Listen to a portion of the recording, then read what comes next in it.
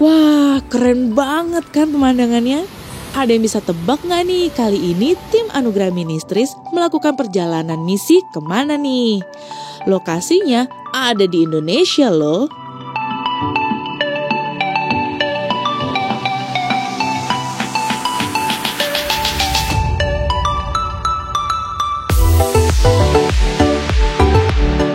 Saat ini kita sedang berada di salah satu tempat yang sangat komplit topografi daerahnya. Ada bukit, ada pantai, serta sabana yang gak kalah keren sama yang di Amerika. Sekalian jalan-jalan virtual, kita kenali dulu yuk daerah yang kita kunjungi saat ini. Sumba Timur. Kabupaten Sumba Timur merupakan salah satu kabupaten yang berada di Provinsi Nusa Tenggara Timur, Indonesia. Pusat pemerintahan atau ibu kota kabupaten terletak di Kecamatan Kota Waingapu. Mayoritas agama yang dianut 87% diantaranya adalah orang Kristen. Sedangkan mayoritas pekerjaan masyarakat Sumba adalah seorang petani, peternak, dan juga industri rumahan kain tenun. Keren kan? Di episode kali ini kita akan telusuri daerah pariwisata serta kebudayaan Sumba Timur. Apa saja kegiatan kita nanti? Langsung ikuti aja yuk!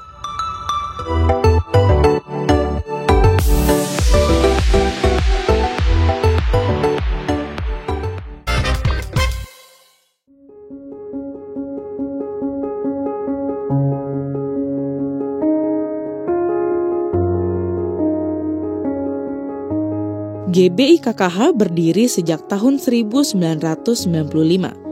Pada tahun 2007, Pendeta Yohanes Tunggul Awang ditunjuk sebagai gembala dari GBI KKH. Mengembalakan jemaat sebanyak 27 orang atau 7 kakak.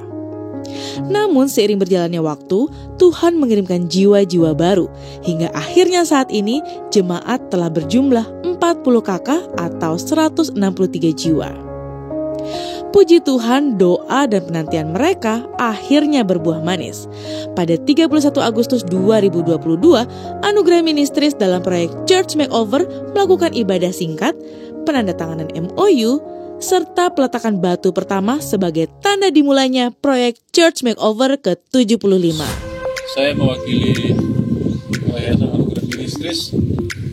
Dengan ini mulai peletakan batu pertama daripada proyek CMO 75 GBI KKH Sumba Timur di dalam nama Bapa, Putra, dan Roh Kudus, dalam nama Tuhan Yesus Kristus. Haleluya.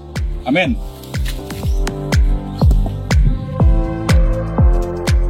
Adapun yang dikerjakan pada proyek Church Makeover ke-75 ini adalah pembangunan tempat ibadah baru seluas 7 x 22 meter. Tahap-tahap yang dikerjakan adalah pekerjaan pondasi dan tiang, plester dinding dalam dan luar,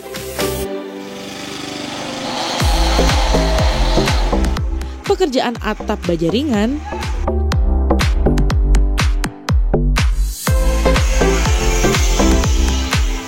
pemasangan lantai keramik, finishing bangunan yaitu pemasangan plafon dan pengecatan seluruh bangunan,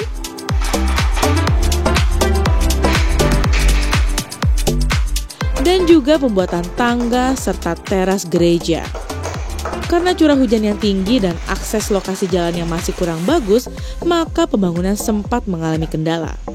Namun jika Tuhan sudah berkehendak, maka pasti akan terlaksana juga. Setelah kurang lebih 5 bulan pengerjaan, akhirnya proyek ini rampung juga. Pada 29 Desember 2022, akhirnya diresmikanlah proyek Church Makeover ke-75 GBI KKH Sumba Timur.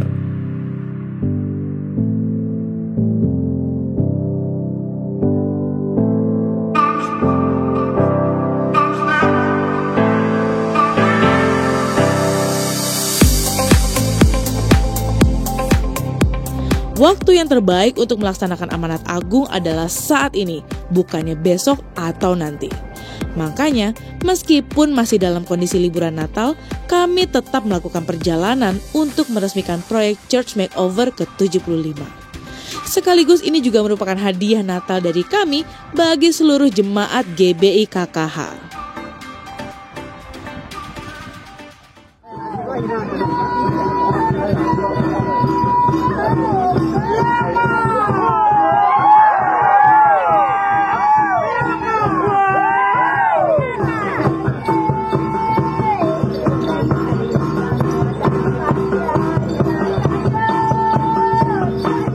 Pada hari peresmian, kami sangat kagum karena begitu tiba kami langsung disambut oleh tarian tradisional adat Sumba Timur, Kandungan.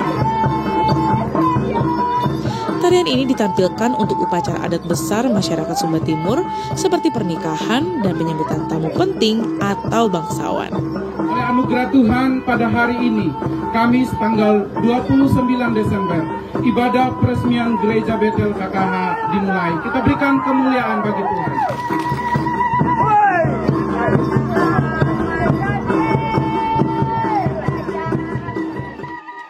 Suatu sukacita yang besar sekali untuk kita bersama-sama ada di sini. Satu kebersamaan yang cukup membuat kami merasa disambut dengan sangat baik. Kami percaya bahwa sore hari ini adalah suatu hari yang luar biasa. Dan saya berdoa biarlah nama Tuhan dipermuliakan. Ada amin? Kita berikan dulu kemuliaan yang paling meriah buat Tuhan. Pertama-tama tentunya ada satu pesan dari para sponsor yang memberikan kemurahan hatinya supaya gereja ini dapat dipakai sebagaimana mestinya, yaitu supaya berita Injil boleh diberitakan dan juga tentunya bangunannya boleh berfungsi untuk menjadi berkat buat sesama jemaat dan juga seluruh masyarakat, serta tidak lupa supaya gereja ini dipelihara dengan baik, karena gereja ini juga dibangun dengan susah payah, betul ya? Dan gereja ini merupakan kemurahan Tuhan boleh berdiri dengan baik di sini, dan tentunya kita berdoa biarlah antara Yayasan Anugerah dengan GBI KKH, kita terus boleh bekerja sama. Amin. Setelah itu, kami mengadakan pemotongan pita dan ibadah singkat. Ayo, dalam nama Yesus.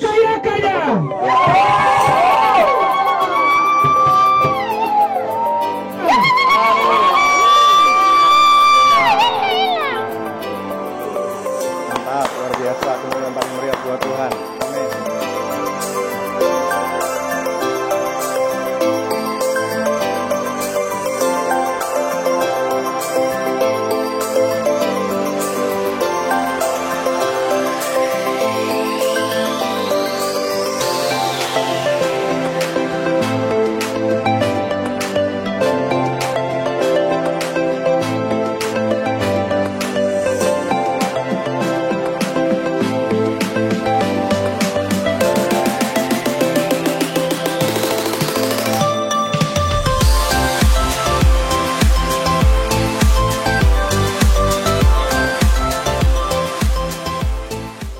Saya percaya kalau firman Tuhan sudah diberikan kepada kita, saya berdoa bahwa dari jemaat KKH akan menjadi jemaat yang berbuah. Berbuah kalau gereja bagaimana? Akan terjadi multiplikasi. Gerejanya akan bertumbuh, akan ada cabang-cabang yang baru, akan ada jemaatnya bertambah lebih banyak. Betul ya? Nanti akan ada, kalau sudah nggak cukup bagaimana Pak? Apakah perlu dibangun lagi? Oh jangan dulu saudara, buat kebaktian kedua, buat kebaktian ketiga. Amin. Haleluya. Dengan cara seperti itu, kalau saudara sudah menjadi orang-orang yang bertumbuh secara rohani, maka saudara akan menjadi saluran berkat. Ini waktunya Desa KKH bangkit. Amin. Haleluya. Saya percaya kalau orang-orang di KKH mendengarkan firman Tuhan dengan sungguh-sungguh, maka hidup Bapak Ibu sekalian akan berubah dari dalam keluar. Apa yang cara berpikir yang salah? Pola kehidupan yang tidak selaras dengan firman Tuhan. Kalau Bapak Ibu sekalian mendengarkan firman Tuhan dengan sungguh-sungguh, maka akan ada perubahan yang terjadi. Lalu penandatanganan prasasti sebagai simbol rampungnya proyek Church Makeover ke-75. Acara peresmian juga dihadiri oleh beberapa perwakilan pemerintah Baik, shalom. Saya Yosua, Katangamo Jawa, anggota DPRD Kabupaten Sumba Timur dari wilayah ini, menyebut wilayah Desa KKH, Kecamatan Kadungala dan 7 kecamatan lainnya. Pertama tentu saya berterima kasih karena Yayasan Anugerah Ministry boleh membagi kasih sehingga berdirinya gereja yang megah di sebuah wilayah yang jauh dari kota, boleh dikatakan ini wilayah pedalaman, boleh berdiri megah semua karena anugerah Tuhan. Tentu harapan kami agar gereja ini bisa dimanfaatkan secara baik, dan tentu gedung ibadah ini sebagai salah satu penambah estetika penampakan daripada wilayah ini sebagai daerah atau wilayah kecamatan yang sementara berkembang saat ini. Dengan adanya gedung ini maka bertambah satu gedung lagi yang ada di wilayah ini yang mempercantik pemandangan desa ini. Itu yang pertama. Yang kedua, sangat diharapkan pembangunan gereja ini juga akan memberikan dampak yang positif dalam kerangka bagaimana jemaat yang selama ini beribadah di tempat yang kurang nyaman, tempat yang kurang baik, sekarang dengan terbangunnya fasilitas yang baik ini akan membuat jemaat lebih sungguh-sungguh lagi bisa beribadah, lebih sungguh-sungguh lagi bisa menyembah Tuhan, lebih sungguh-sungguh lagi berada di hadirat Tuhan, sehingga dengan iman yang baik maka mereka punya sumber daya, ada energi positif yang dapat berdampak terhadap kehidupan mereka di dunia nyata. Itu yang kita harapkan. Di samping tentu kita berharap dengan akses yang dibuka oleh Pak Pendeta Yohanes membangun kinerja dan sinergi dengan Yayasan Ministry ini bisa akan membuka ruang-ruang kerjasama yang lebih baik ke depan. Tadi saya dengar ada beasiswa dari Pak Pendeta Daniel akan menyekolahkan 10 anak-anak muda yang akan disekolahkan nanti. Kita harap kerjasama ini akan terbangun secara baik. Dan tentu pemerintah menyambut baik, itikat baik, perhatian, panggilan, responsibility daripada Pak Pendeta Daniel beserta teman-teman Yayasan Anugerah Ministry dalam membangun sumber daya manusia. Tidak saja membangun gedung ibadah ini, tapi terpanggil untuk membangun sumber daya manusia lewat anak-anak yang ada di wilayah ini bisa direkomendasikan oleh Pak Pendeta Yohanes untuk disekolahkan. Tadi ada 10 orang anak yang mau disekolahkan. Kami sangat berterima kasih atas nama pemerintah Sumba Timur, DPRD Sumba Timur menyampaikan apresiasi yang sungguh kepada yayasan ini. Kiranya apa yang dilakukan oleh yayasan ini bisa berdampak bagi warga jemaat, masyarakat Kadungala, dan tentu buat Kabupaten Sumba Timur. Saya percaya dari 10 orang anak yang disekolahkan ini 10 tahun, 15 tahun, salah satunya nanti akan menjadi pemimpin masa depan buat Sumba Timur. Saya kira itu yang dapat saya sampaikan. Terima kasih. Harapan ke depan dengan adanya gedung gereja yang baru, maka akan terjadi pertumbuhan jemaat yang semakin pesat. Dan target tahun 2030 sudah memiliki jemaat 500 orang. Bangunan gereja yang lama akan digunakan untuk pendidikan PAUD Bethel KKH, yang mana PAUD tersebut sudah berjalan selama 5 tahun. Saya berterima kasih kepada Pak Daniel Hendrata dan Ibu Debbie Katarina yang telah menjadi alat perpanjangan Tuhan untuk membangun gereja yang semegah ini. Jujur saja kami tidak pernah mimpi untuk bisa membangun gereja sampai semegah ini. Tapi lewat Pak Daniel akhirnya Tuhan dapat memungkinkan mimpi kami untuk bisa memiliki gedung seperti ini. Dan kami juga berterima kasih kepada setiap donatur yang sudah bekerja sama dengan Anugerah Ministry untuk bisa membangun gereja. Kami tidak dapat memberikan imbalan apapun, hanyalah dengan doa yang kami terus panjatkan kepada Tuhan, kiranya Bapak dan Ibu semakin diberkati oleh Tuhan. Begitupun juga setiap pemirsa yang menyaksikan tayangan ini, tetap berpengharapan pada Tuhan, tetap semangat, bersama dengan Tuhan pasti kita bisa. Saya percaya sebagai hamba Tuhan, pasti kita tidak pernah lepas yang namanya berbagai tantangan dan pergumulan dalam pelayanan. Saya juga sudah pernah merasakannya, dan ingatlah bahwa setiap tantangan itu pasti ada solusinya. Jadi saya berpesan supaya teman-teman kuat dalam menghadapi segala tantangan. Bersama dengan Tuhan pasti kita dapat melakukan perbuatan yang gagah perkasa.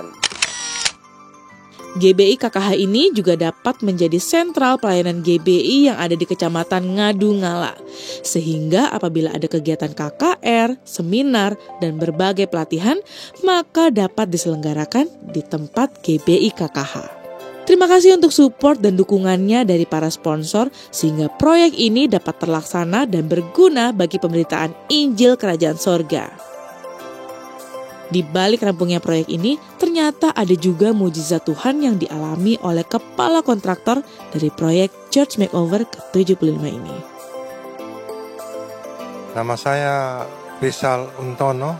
Saya sebagai pelaksana atau pengawasan pembangunan gereja dari awal sampai akhir pekerjaan.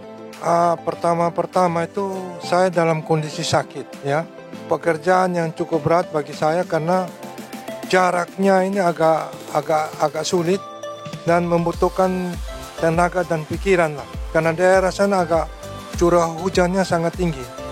Karena jarak tempuhnya ada berapa titik itu yang agak kendaraan untuk buat ini material bahan-bahan proyek itu yang kendalanya cukup berat di situ. Tapi untuk sekitar lingkungan gereja semua baik Bapak Desa, masyarakat sangat-sangat mendukung. Ya, katanya gereja yang dibangun ini gereja yang paling bagus di Desa KKH. Kalau kita mengandalkan kita punya kekuatan, pikiran, atau kita berpikir secara duniawi itu pasti tidak akan berjalan. Karena kita mengharap manusia, tapi kalau kita bekerja dengan dengan senang hati, tulus, semua Tuhan pasti akan buka jalan keluar. Memang saya secara manusia dalam kondisi saya sakit itu rasanya kalau saya tolak agak berat, saya punya hati nurani lah. Tapi mungkin ada istri yang cukup mengerti, yang pernah melihat saya punya pola kerja, cara kerja. Akhirnya istri yang kebanyakan yang ambil alih lah. Puji Tuhan ya, Tuhan semua campur tangan, akhirnya kendala itu bisa dilewati. Semua baru ada anak saya juga Kevin itu yang bantu. Jadi kita dua sudah yang ayo gimana. Terus komunikasi juga sama Pendeta Yohanes, sama Ko Michael juga. Jadi semua kita sama-sama kerjasama akhirnya bisa tuntas ya, puji Tuhan lah. Pasti ada kesulitan lah, tidak mungkin tidak ya dalam segala usaha pekerjaan, pengerjaan, pelayanan apapun itu kan pasti ada tantangan, pasti ada kendala. Tapi bagaimana kita belajar untuk belajar berserah, belajar Tuhan maunya gimana, apa yang saya harus lakukan begitu kan, supaya menyenangkan hati Tuhan. Ya lewat proyek ini Tuhan ajar ketaatan juga. Saya juga mau belajar bagaimana saling memahami, mengerti, apalagi kan dengan yang jauh sana ya, yang bagian di KKH sana komunikasi kita apa gitu. Bersyukur banget ya, tapi bukan kebanggaan, tapi rasa syukur itu yang ada karena saya tahu bukan karena kita sih, kita ini kan cuma pipanya Tuhan saja untuk ke sana begitu. Jadi itu yang saya lihat sih, ada satu rasa syukur yang mendalam ya, karena memang Tuhan kenapa harus kita gitu kan, dalam kondisinya Pak Rizal juga yang bukan sehat. Saya cuma pikir Tuhan ini kan lagi sakit gitu loh. Tapi Tuhan, ya sudahlah, Tuhan percayakan kita, berarti kita juga bersyukur karena kita dipilih ya, salah satu menjadi rekannya Tuhan untuk pengerjaan pelayanan ini kan begitu ya, sudah oke. Jadi kita sambil jalan, sambil komunikasi dengan Ko Rizal ini. Jadi dia cuma pantau aja sih, yang mengerjakan apa-apa semua kan ya, kita sudah dia di belakang layar aja sih. Ya ini kan pekerjaan Tuhan toh. Talenta saya ya itulah, pembangunan gereja lah. Ya, saya sakit ini kalau menurut saya punya logika sudah tidak bisa lagi, tidak ada harapan. Karena saya masuk di rumah sakit itu 3 bulan. ICU itu sampai 2 bulan. Saya kena COVID Delta toh. Dokter sudah putuskan ini sudah, saya punya paru-paru ini sudah mengkerut ya. Jaringan-jaringan sudah tidak terlalu bagus, matilah. Sehingga paru-paru agak mengkerut. Dari pengalamannya dokter menangani ini COVID ini, kemungkinan besar tuh tidak bisa lagi gitu. Ini kemungkinan lewat karena dokter berbicara itu secara objektif toh. Saya akui sendiri. Saya selalu mengandalkan dengan saya punya kemampuan. Logikanya terlalu kuat. Ya, kalau logika saya masih berjalan, mungkin Tuhan saya tidak. Ya, awal mula saya kena COVID itu saya tidak berdoa. Saya anggap ini COVID ini ringan ini. 17 hari saya masuk di rumah sakit daerah toh. Baik, tambah hari saya punya kondisi tambah parah toh. Saya kaget toh. Akhir mulai dari situ saya bergantung dengan Tuhan. Saya berharap sehingga saya bisa merasakan damai sejahtera, kemurahan Tuhan yang Tuhan berikan buat saya. Jemaat di KKH, Bapak Gembala, Pak Yohanis, Pak Andreas juga sangat-sangat berterima kasih. Karena apa? Kita ini di Waingapu, di Sumba Timur, kita juga berusaha mencari dana. Tapi kadang-kadang dana tidak mencukupi gitu loh. Ya, mau tidak mau, saya harus terima sudah ini pembangunan gereja KKH. Karena kalau saya mau nolak berarti kita Sumba Timur rugi. Walaupun gereja satu unit ya, tapi berdampaknya luar biasa. Kita berharap juga ada dampak ya. Mungkin orang yang belum mengenal Tuhan, orang yang masih setengah hati, atau orang yang belum mengenal Tuhan, atau marapu lah. Anismisme. Nah, mungkin dengan adanya pembangunan ini bisa sebagai teladan lah buat mereka, untuk Bapak Gembala, Pak Yohanis, untuk ya harus lebih semangat lah mencari jiwa-jiwa yang belum mengenal Tuhan. Cuma yang saya harapkan itu sesudah ada gereja ini, sesudah ada pembangunan gereja yang begitu megah katanya mereka di sana, itu memang harus ada dampak supaya nggak sia-sia ya, segala usaha kerja keras kita tuh nggak sia-sia untuk pekerjaan Tuhan. Terutama itu mungkin lebih banyak jangkau jiwanya ya. Jangkau jiwa kan di sana kita tahu kan masih banyak yang belum tahu tentang Tuhan Yesus. Nah, mungkin harapan kita ke sana, doa kita bersama, lebih banyak jiwa lah yang tahu tentang Tuhan Yesus, yang percaya sama Tuhan Yesus supaya mereka juga beroleh keselamatan begitu itu mungkin kerinduan harapan kita ke sana begitu. Dengan ada ya paling tidak berdampak, gerejanya berdampak untuk bukan hanya di KKH ya lebih jauh lagi, lebih bagus begitu. Ya, saya juga sangat-sangat berterima kasih ya. Kalau ada hati memberi, donatur, biar Tuhan yang Maha Pencipta, Tuhan yang tahu isi hati mereka, Tuhan akan memberkati ya. Tuhan akan memberkati.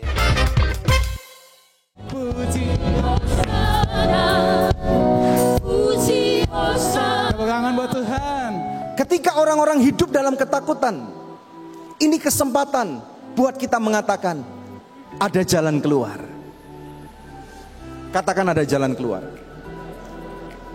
Ketika jemaat-jemaat saudara mengatakan hidup kita susah, ajak mereka untuk berdoa bersama-sama. Ajak mereka untuk baca firman sekali lagi saudara. Dan saya percaya ada kuat kuasa dari Roh Kudus akan memelihara kehidupan anak-anaknya. Yang percaya katakan amin. Pada trip kali ini, Pastor D.Andy mendapatkan kesempatan untuk membagikan firman Tuhan di beberapa daerah di Sumba Timur.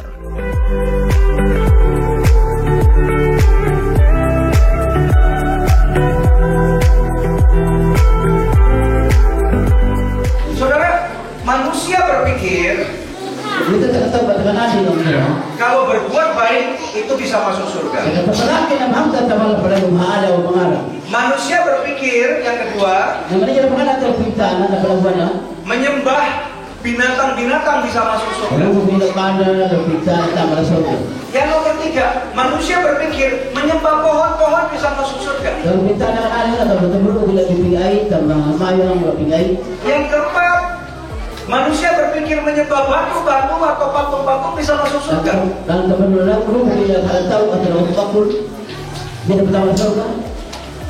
Padahal hewan, patung, pohon, batu bukan yang punya surga. Betul nggak? Betul? Lah bagaimana caranya masuk surga, saudara? Tuhan Yesus berkata, kamu tidak akan melihat kerajaan surga kalau kamu tidak lahir baru.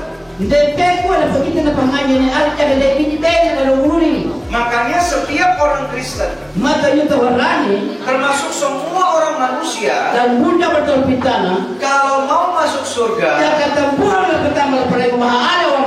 saudara harus diampuni dosanya. Saudara harus mau lahir baru. Lahir baru itu meninggalkan hidup yang lama. Lahir baru itu meninggalkan cara berpikir yang lama. Lahir baru itu meninggalkan Tuhan yang lama.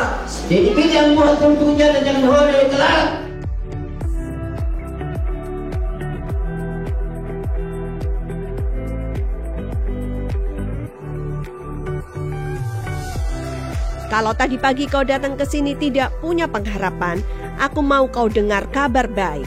Ada pengharapan di dalam Yesus Kristus Tuhan.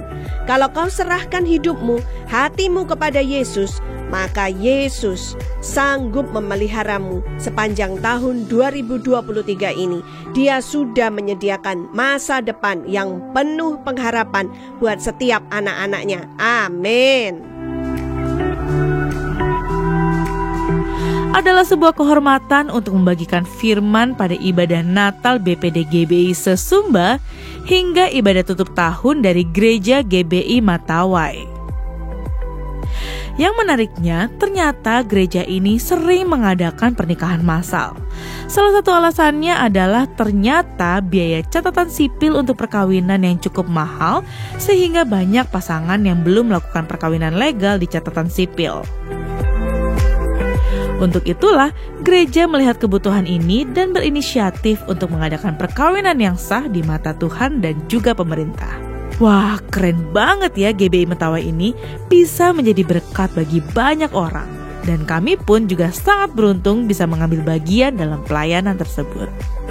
Bukan suatu visi yang jelas dalam keluarga kita, maka kita perlu melakukan persiapan-persiapan. Kalau orang tidak pernah akan pergi tanpa tahu tujuannya mau kemana. Bagaimana dengan rumah tangga? Harus tahu tujuannya mau kemana. Makanya saudara, kita tidak boleh lupa kalau kita laki-laki, ketika kita sudah menikah, tanggung jawab kita ini adalah sebagai penyedia. Tuhan menetapkan laki-laki untuk bekerja, menjadi pengayom, menjadi penyedia buat keluarganya. Ini fungsi laki-laki. Kemudian istri, Tuhan menetapkan kalian istri menjadi penolong yang sengaja. Kalau ada ayah, ada papa, ada mama yang mengerti perannya, saya percaya anak-anaknya akan menjadi anak-anak yang top berkualitas. Yang percaya katakan. Saudara, kita boleh berpikir Tuhan mau pakai kita, tetapi kalau kita tidak melakukan persiapan, tadi firman Tuhan mengatakan semuanya adalah sia-sia. Dan Tuhan sebagai pemersatu kehidupan kita. Yang percaya katakan amin. Saudara belajar sesuatu?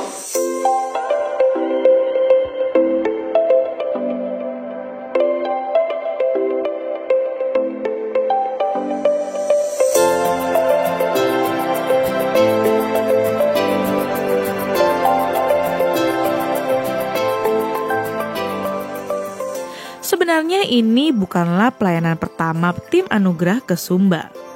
Namun selalu saja Tuhan bawa kami ke pengalaman yang baru dan juga berjumpa dengan saudara-saudara yang baru juga. Hampir seluruh jemaat yang hadir ataupun hamba-hamba Tuhan yang kami temui ternyata merupakan pemirsa setia dari Good News Program.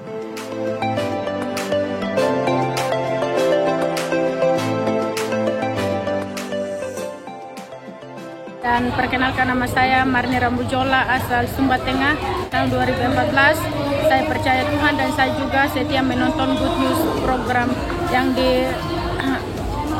dibawakan oleh Pastor Daniel Henrata dan Ibu Debi Katarina. Terima kasih buat pelayanannya. Tuhan Yesus memberkati. Saya dari GBI Dasa Elu, Sumba Barat. Saya melayani sebagai gembala jemaat. Hari ini ketika menghadiri ibadah Natal untuk pendeta sesumba, dari kebenaran firman Tuhan yang disampaikan oleh Bapak Pendeta Daniel Hendrata, saya mendapatkan rema bahwa sesungguhnya kami hamba-hamba Tuhan itu dipilih langsung oleh Tuhan untuk menjadi pelayan Tuhan, dan karena dipilih oleh Tuhan maka hendaklah tidak boleh menyerah. Apapun tantangan, masalah, tetap maju dalam pelayanan yang Tuhan percayakan.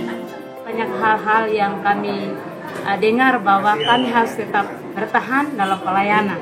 Itu yang kami lakukan dalam perjalanan pelayanan kami. Dan sampai hari ini, puji Tuhan, kami tetap setia melayani. Dan Good News menginspirasi kami sehingga kami dapat bertahan sampai hari ini. Dan tadi khotbah Bapak Daniel dapat memberikan kekuatan, bahkan semangat untuk kami semakin melayani Tuhan.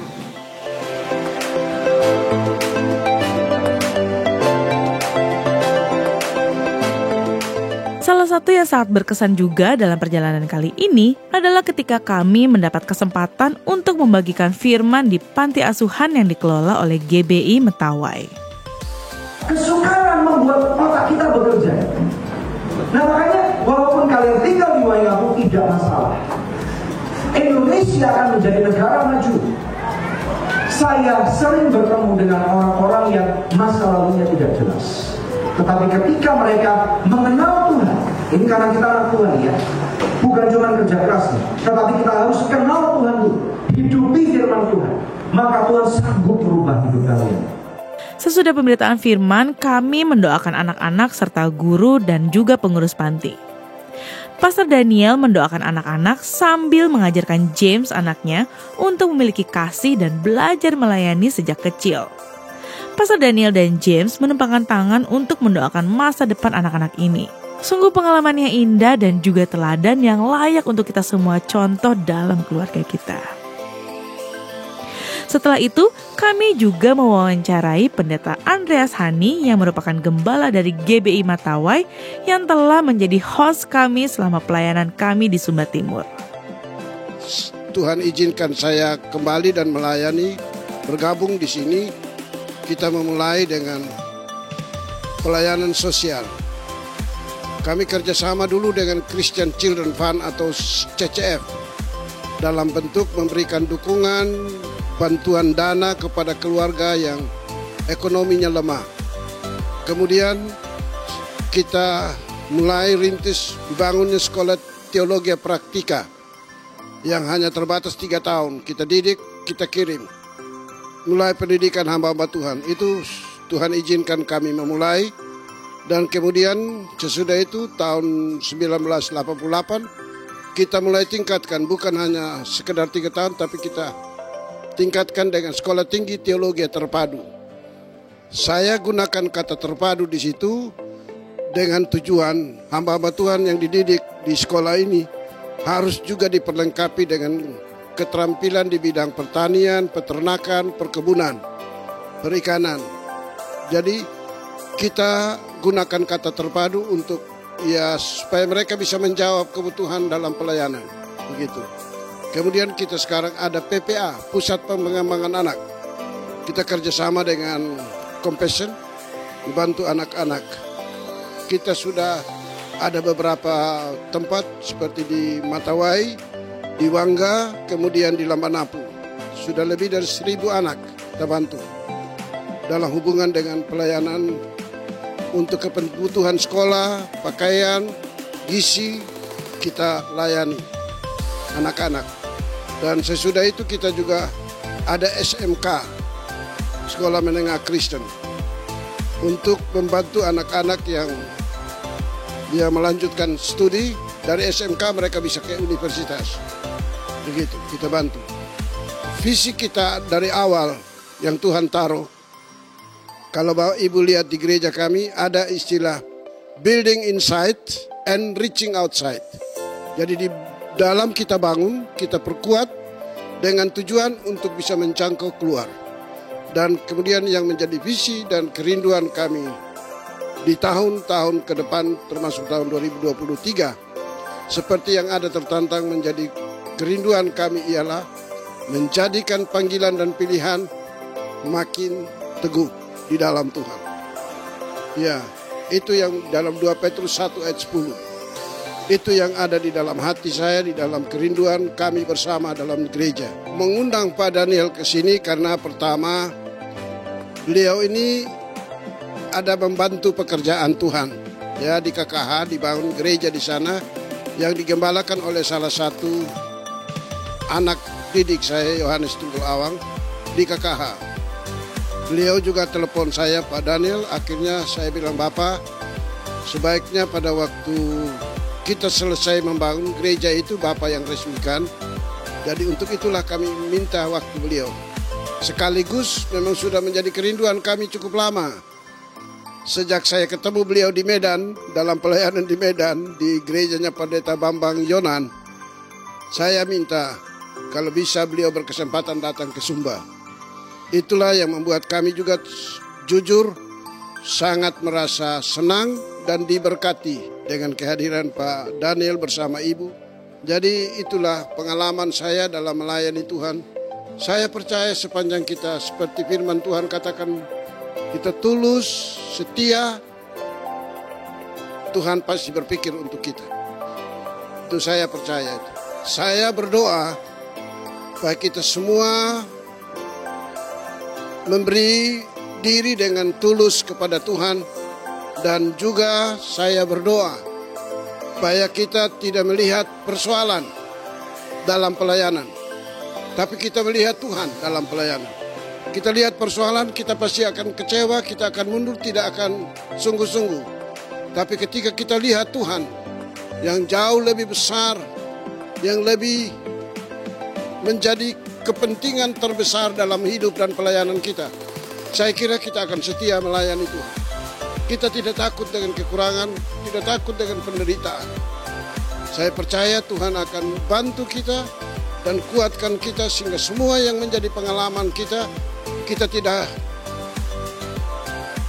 jalani dengan kekuatan kita sendiri, tapi ada kekuatan Tuhan yang bekerja di dalam kita. Itu saya percaya.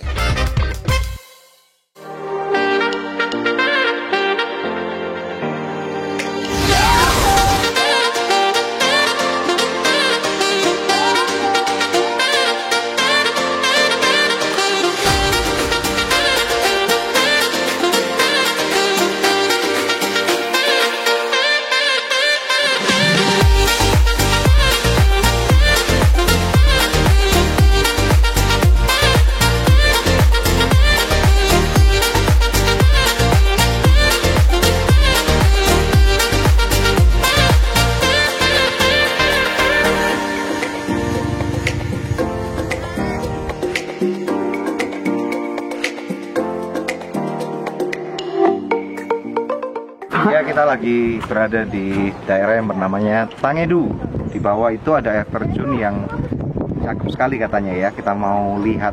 Di sini terkenal, kalau nggak salah ada film yang bernama Susah Sinyal. Kenapa dinamakan Susah Sinyal? Karena memang susah sinyal. Yuk.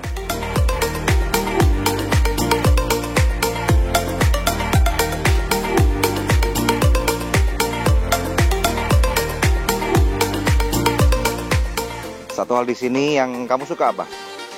Alamnya. Alamnya. Terus apa lagi? Banget. Yang kamu nggak suka? Segar. Yang aku nggak suka banyak binatang kecil-kecil yang nyebabin aku alergi. Rumput liarnya juga nyebabin aku gatal-gatal. Sama toiletnya, toilet darurat semua. Alright. Tapi unik kan ya? Alright. Nih, ayo kita muter. Lihat perjalanan di belakang. Cakepnya ya. Ada jembatan gantung, yes, guys, macam di San Francisco. Bagus banget. Wondering how the waterfall is going to look like.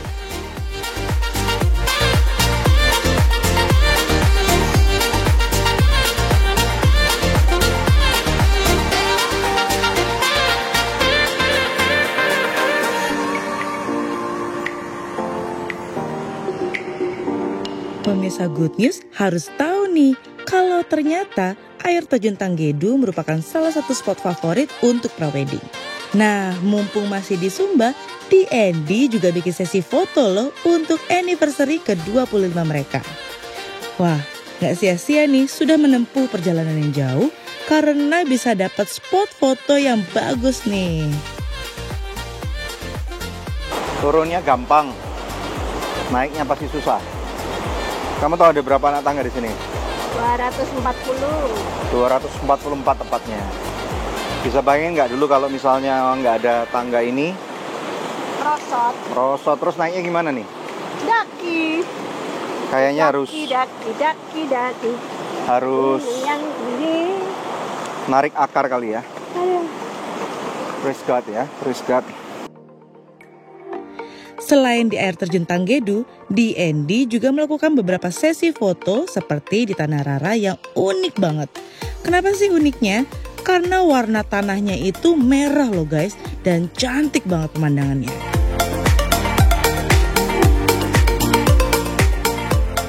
Dan juga DND foto-foto di jalanan dengan pemandangan sabana di sebelah kanan dan di sebelah kirinya. Wah, kalau dilihat-lihat udah kayak lagi foto di luar negeri nih. Ini adalah bukti kalau Indonesia punya landscape yang gak kalah cantiknya dengan yang di luar negeri.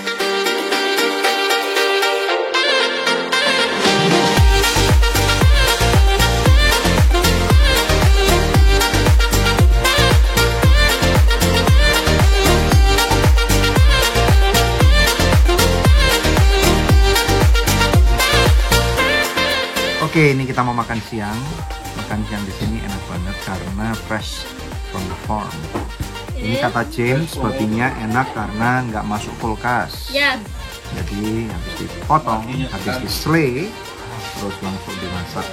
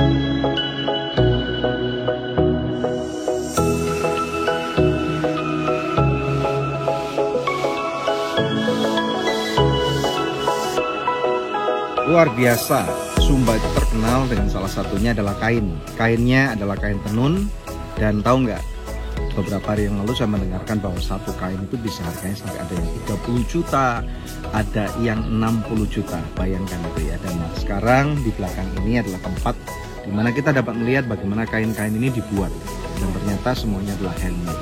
Ini kekayaan kebudayaan Sumba, yaitu budaya Indonesia. Yuk kita lihat yuk.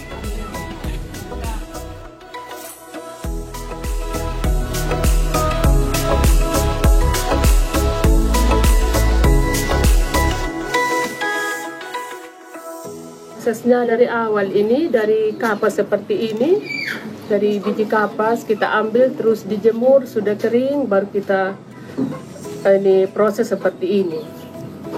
Nanti kalau sudah jadi benang, kita pasang di alat pepak ini, alatnya untuk kita bikin bola, jadi sama seperti ini hasilnya. Sesudah itu baru memidang. Hanya nanti ada yang kita proses biru, ada yang diproses merah, ada yang untuk hitam. Kalau hitam pakai, kalau orang tua dulu masih pakai lumpur. Lumpur? Iya, dari lumpur. Ada dia punya obat khusus memang untuk masak dan rendam bermalam-malam di lumpur, diramas kayak roti. Tapi sekarang ini kami sudah banyak pakai benang sintetis. Tapi kalau yang ini masih warna alami. Prosesnya dari kayak gini jadi kain seperti ini. Iya, jadi kain seperti ini. Kalau untuk yang waktu saya kerja yang asli ini paling cepat 10 bulan. Yang untuk yang asli ya Pak ya. 10 bulan. Kalau yang pakai kimia 3 bulan sudah selesai. Ini ada perbedaan Pak yang tidak asli ini. Ada. Ini yang pakai one textile. Jadi supaya tahu beda kan. Ada yang bilang kita asli, tapi kan ada 3 jenis warna. Oh, justru yang semakin terang warnanya itu palsu. Iya. Yang kabur-kabur gini, ini malah. Ini berapa harganya satu ini? 800.000. Ya. Kalau yang ini buatnya pakai apa? Itu ya tergantung dari bahan apa dia? Dari bahan benang toko. Oh, benang toko. Oh, jadi kalau yang ini dipilin pakai tangan seperti ini. Iya. Benang pabrik ini. Lalu ada yang sampai mahal sampai puluhan juta itu apa ya? Kain yang besar. Kain yang besar dan tergantung dari motifnya juga dan dia sudah tua. Oh, semakin tua semakin mahal. Iya, semakin mahal. Tua itu berapa tahun? Ini kalau yang orang tua punya itu ada yang sampai ratusan tahun, iya. Wow. Masih ada kain cinta dari ini yang harga 500 juta, ada satunya tante dia tidak mau lepas. Ini siapa ini yang artis dulu dia sudah tawar 180 dia tidak kasih. Ini mewariskan kepada mereka gimana caranya? Ini harus mereka disuruh belajar supaya mereka bisa supaya mereka lanjut nanti.